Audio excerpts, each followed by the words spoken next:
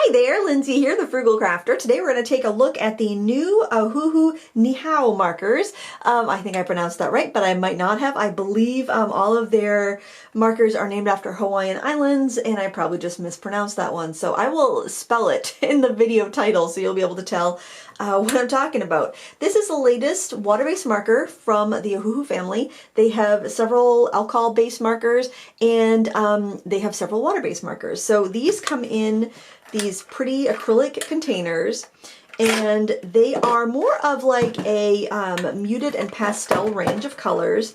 There's 3 sets of 24, or you can get them all in one set of 72. Although buying them individually in sets of 24 on Amazon anyway seems to be a little bit cheaper. These are $25 or so per set of 24, so they're around $1 a marker. I think the set of 3 on Amazon with a waterbrush pen was $79, so it's cheaper to buy the individual ones, and I think you might actually get a water brush with each of them. I'm not sure. These were all sent to me together, and they were, I'm just going to dump these out so I can show you something cool. And they were actually sent to me a few months ago because they wanted some feedback before launching this product. And I have, full disclosure, I did not pay for these. They sent them to me, and I do freelance and write blog posts for the Ohuhu company. So just to kind of let you know our relationship there. So it comes in a case. It's got a divided thing on the top that you can actually pull out if you want to, if you just want to have them like loose in there, but this kind of keeps them organized if, say, you want to keep them in a particular color order. You know what? I'm just gonna set that aside and plop those right back in there because it'll take me a minute. And oh, do you see how that cap came off? I will tell you that these caps do not snap on too tightly. I haven't had an issue with them drying out. That would probably be nice if you have strength issues, but it might be aggravating if you're getting these for like a kid. They are non-toxic because if they don't cap them on good and make sure they have the caps on, you could have some issues. So I think if you're going to store them in the case, though, I think the lid would push down and it would make sure that they're all, yeah, they're not moving around too much in there. So I think probably the top of the case would push the marker caps on well. I think that these set of markers are kind of playing on or appealing to the stationery market and getting those more kind of trendy colors like the pastel tones that have been popular with stationery and planner addicts. Like the pastel mild liners have been really popular, and there's tons of pastel tones. So what I did here on this swatch, and their swatches are usually on a very absorbent paper, so the colors can look darker than they are. I did one layer, and you can see the one layer on the right-hand side of the swatch, and then I went over it with another layer on the left-hand side just so you could see 2 layers versus 1. So you can see you get a lot darker when you start layering up. Of course, with water-based markers, if you do work over an area, you are going to get, it's going to get dark quick, and you can risk pilling if the paper is not responsive to water-based markers. Even on a Bristol and a watercolor paper, you can end up pilling the paper if you're not careful. These are a fiber brush nib, like Tombow markers. There's a bullet on one side and there is a brush on the other, and I've got some Tombows here I can compare. Let me just try to find some darker colors just so I have them, they're a little more equal. The fine ones do snap on good, so I will tell you that.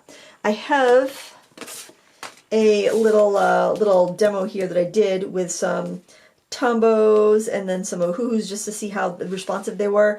I didn't know if it was exactly fair because I've had my Tombows longer, so my Tombows might not have quite a sharper of a tip. So this is what a Tombow marker looks like. I'm just going to flip that over. I'm going to show you. And let me grab the red Ohuhu. This is watercolor paper. It's not the best watercolor paper, but it's usually fine for markers. It's a cellulose-based watercolor paper. I use the back side of it for stamping because it's smooth. So this is the Tombow in the black barrel, and this is the Ohuhu. So you can kind of see how they compare.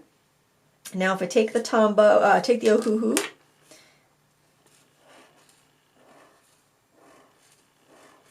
and I'm not a brush letterer, so I'm just kind of like just doing like kind of thick, thin strokes. My Tombow nib feels a little more flexible, but I think it might be, well, no, this is just as flexible. My Tombow feels a little bit more worn, but I've had it for longer. And then on the fine tip,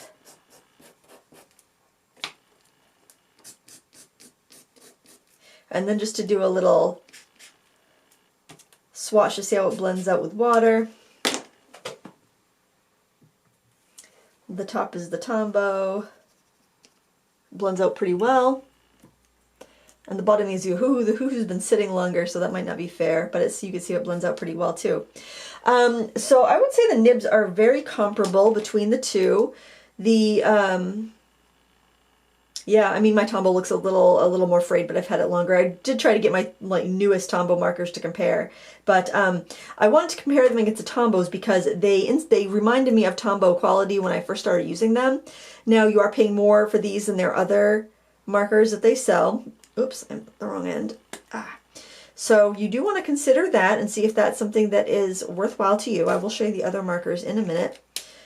The Tombow marker caps do snap on a little snugly. Now, Tombow markers are about $3.50 a piece if you buy them individually, full price, or Amazon has a set of 96 Tombow dual brush pens with a case for $146.51, where the Ohuhus are about $1 a piece, and they're only available in sets. So that's something you want to consider when you are thinking about buying some markers. But I did find the quality to be very similar to the Tombows. They weigh about the same, they're about the same length. They feel the same in the hand.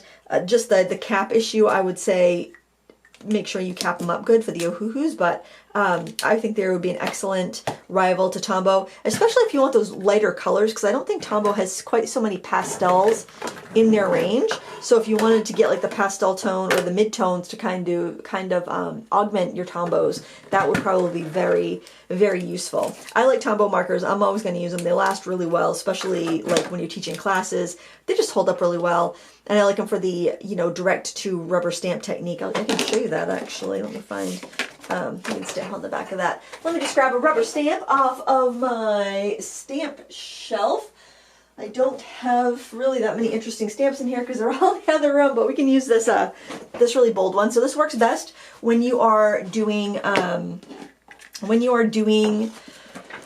stamps that have solid areas. They work best when you're working with real rubber versus like a clear stamp.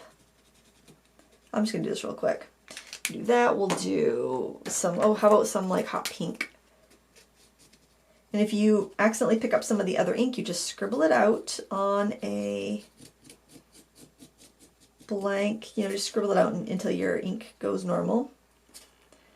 Take a black one and just kind of swipe it a few times just for some interest.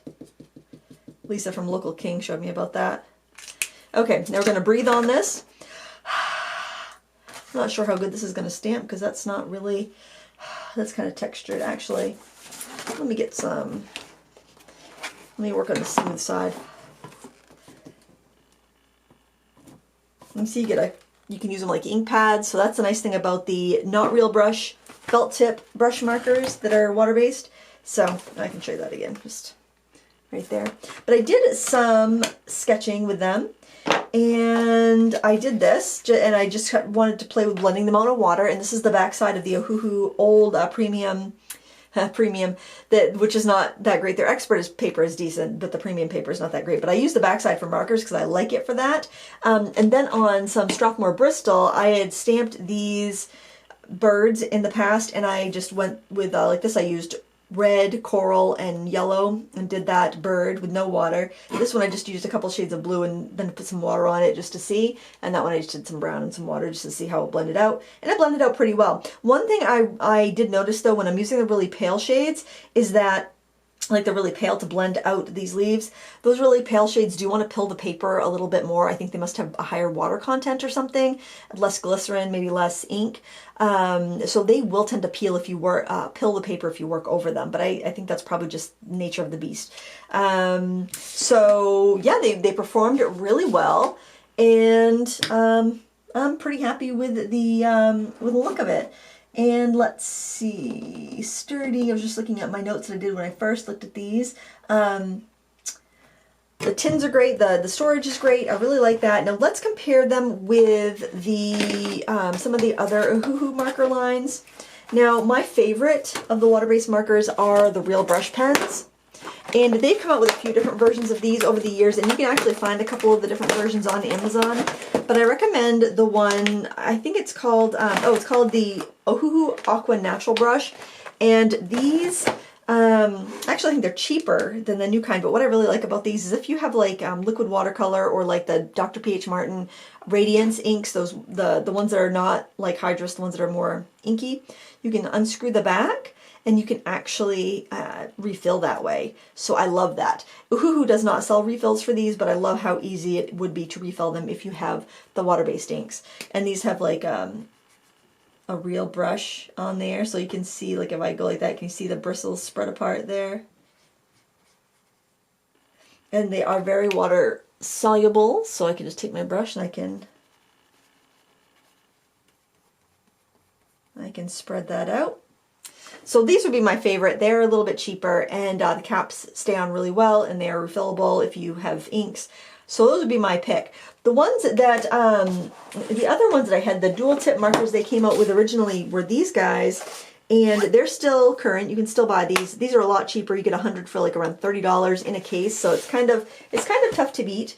They have a felt tip, and they have a fine tip. Oops. But their fine tip is super fine, almost like a journal, like if you were going to scrapbook and write journaling. I use these for fine lining my, like if I'm going to do, compare here with the new one. Like if I'm going to do like an alcohol marker piece and I decide I want to go do some fine lining, but I want it to be the same color, I will use these pens. Look how much different, look how much smaller that tip is versus this. So this is the new, this is the old. These are a lot cheaper, and they also feel a lot lighter, and they feel a lot cheaper. And I don't know how long the tips will hold out because I haven't really vigorously used the tips. I actually tend to use these as fine liners more than anything else. But they are decently reactive, and you can do the color directly on the stamp technique with these. And you know, they're just not as good of a marker, but you get a huge selection of colors. The caps stay on pretty good. They snap on nice and tight, and they come in a case. So you're definitely a good budget pick. I just don't know how long those brush tips would last you. Oh, you know what? Let's compare. Oh, I just did. Let me see if I can do thin and thick on this old one. Yeah, this nib is not as good. It's not as flexible, and I can just feel that I'm going to fray it if I am not gentle with it. So if you like to do brush lettering, I would not recommend this one, but I would recommend that one because that does seem to have a flexibility that is equivalent to Tombow. Now, and I'm not a brush letterer, so, you know, take that with a grain of salt. Maybe watch a review from somebody who is a brush letterer if that's what you like to do. But I would say these are pretty close to Tombow. The only downside to these over Tombow would be, or under Tombow, I would say, is that they don't have open stock currently. Although Ohuhu has been starting to add open stock to their products of their alcohol markers, so who knows? Maybe they will eventually do that here for their water-based markers. They have so many products right now. It can be kind of confusing to figure out what it is that you want to get. I think that their listings are pretty clear, but you know, if you're comparing by price and you see these are like, you know, pennies on the dollar, these are, you know, $1 a piece, and these would be like, what, if you're getting, these are like 30 cents a piece, it could be, you know, you kind of look, well, I'm going to go for these. These are going to be good if you like the fine tips, like the super fine journaling tips, or you like the fine liners, and you just want to maybe use a brush once in a while. The brush tips on these are not as versatile. These are much more durable and they're going to last you a lot longer, but it just depends on what your needs are. So I hope you found this review useful. I don't do a ton of work with the water-based markers. I think it's neat to have this pastel selection though, and I'll probably put them with my water-based markers that are on the shelf behind me, just because I don't have really pastel shades and anything else. And I tend to mix my markers. I don't use like all of anything. I've got some real brush pens. I've got a bunch of different brands. I usually grab my Tombows first if I have the color that I need in Tombow, but I also have Mementos, which are not very water reactive. and a bunch of other brands, and a lot of brands that aren't even around anymore, and I just use them together because they're all essentially the same ink in there. It's just the vehicle that you're getting the ink in. And are those bristles going to peel your paper? Like real brush pen bristles don't tend to peel your paper. They're very gentle. Like I can take a couple of these real brush pens, and I did a whole marker showdown on water-based markers. If you are interested in buying water-based markers, I highly would recommend checking that out. Now, I didn't have these when I did that, and I think I said Tombows are like my favorite or the best. And I think these are pretty close to Tombows, to be honest. So I could put some of the red down, and then I could decide, well, I want to blend that out, maybe do like a sunset or do something, and I want to ombre it out. I can do that by just going over with that with the yellow marker. And because the bristles are so gentle, they're not like aggressive on the paper, they're not like roughing it up, it's not going to pill. And if I do that with, say, 2 colors in any brush tip, in any felt style brush tip marker, I'm going to get some pilling. So if I start down, laying down my red, being as gentle as I can, and then I go over that with the yellow, I have to be really careful because I can feel a drag already on the paper. Actually, it's not pilling too bad, so that's pretty good. Oh, I'm starting to get some pilling though. You know, it's pretty close. You definitely can get the job done. There's a little bit of pilling. I don't know if the camera's going to pick it up, but there's just a little bit of pilling there. So it just depends, you know, on how much you want to overwork an area and what your preferences are, really. So I just wanted to give you a quick, I can add water to that. Now, a brush with water is much more soft, so it's like less likely to abrade. You know, very similar. So if you have markers you're happy with, you don't need these, but if you are looking to expand your range with some more pastel tones, or maybe get, you know, maybe even thinking about investing in Tombows, or a little out of your budget and you want to try something else, or you're a stationery aficionado and you just want those pastel or muted tones because they're very popular. They are the trendy colors. They would be a good pick. And I really like the storage that they come in, which is another expense you don't have to bear, you know, if you get markers that have storage already, and they do look attractive. I really think this is kind of catering to the planner community, and like I think of like what my daughters like to buy for their homework and for their desks and for their stationery, and that would appeal to them big time because it's very aesthetic, it's very pastel, and it's very trendy. So Ohuhu is usually right at the top of the trends, and they do not disappoint with these markers. I think they're great quality, and I do recommend them. My only word of caution is just make sure you get those caps on, because they snap a little bit, but you don't get a really aggressive snap into place. There are also little grippies on there if you have arthritis. It's going to be easy for you to take those caps on and off, which I like, because I know a lot of my viewers love to do the adult coloring, and some of them are older and have some arthritis and whatnot. So if that's you, these would be good options for you. And also, if you're working in the adult coloring books, I know it can be a challenge to find those paler shades if you want to use marker in your books. Water-based marker doesn't bleed through as much as alcohol marker. Alcohol marker would bleed through this paper in no time. But water-based marker, if you have a decently thick paper like a cardstock, like a Bristol, like this is Bristol, which is basically like a sized cardstock, it's not bleeding through on that. So so that's another advantage to these over alcohol markers if you're doing something like working in a coloring book, or maybe you're a rubber stamper and you want to make these are rubber stamps, you wanted to use a stamp on a sheet of cardstock and you wanted to do a 1-layer card, and you just wanted to do your coloring on there and have it 1 layer, not bleed through to the back. This would definitely fit the bill. So they're a little more expensive than the budget options out there, the other budget options from Ohuhu, but if those qualities that I've mentioned today are worth the additional cost for you, then I recommend them. So thank you so much for watching today. If you have any questions, I'll have the pros and cons and everything typed out in the video description for you to check out. I'll have links to these products. They are affiliate links, so if you did purchase them, I would earn a small commission on them. Please don't feel obligated to. Only buy the things that you actually need and that will make your other supplies more versatile and more useful. But I'm always curious to find out about new products, and I know a lot of you guys are too, so I hope you enjoyed this. Thank you so much for watching, and please give me a thumbs up before you go. Until next time, happy crafting.